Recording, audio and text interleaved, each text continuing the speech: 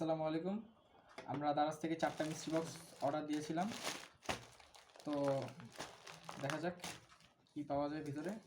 মিষ্টি বক্সগুলি আনবক্সিং করা যায়। ফার্স্ট মিষ্টি বক্সটা আমরা আনবক্সিং করতেছি।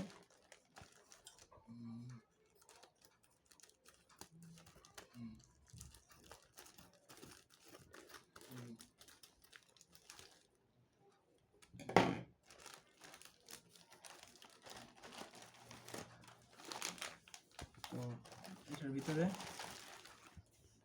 মানি ব্যাগ পেলাম, আর একটা হেডফোন পেলাম। তারপর নেক্সট মিষ্টি বক্সটা খোলা যাক।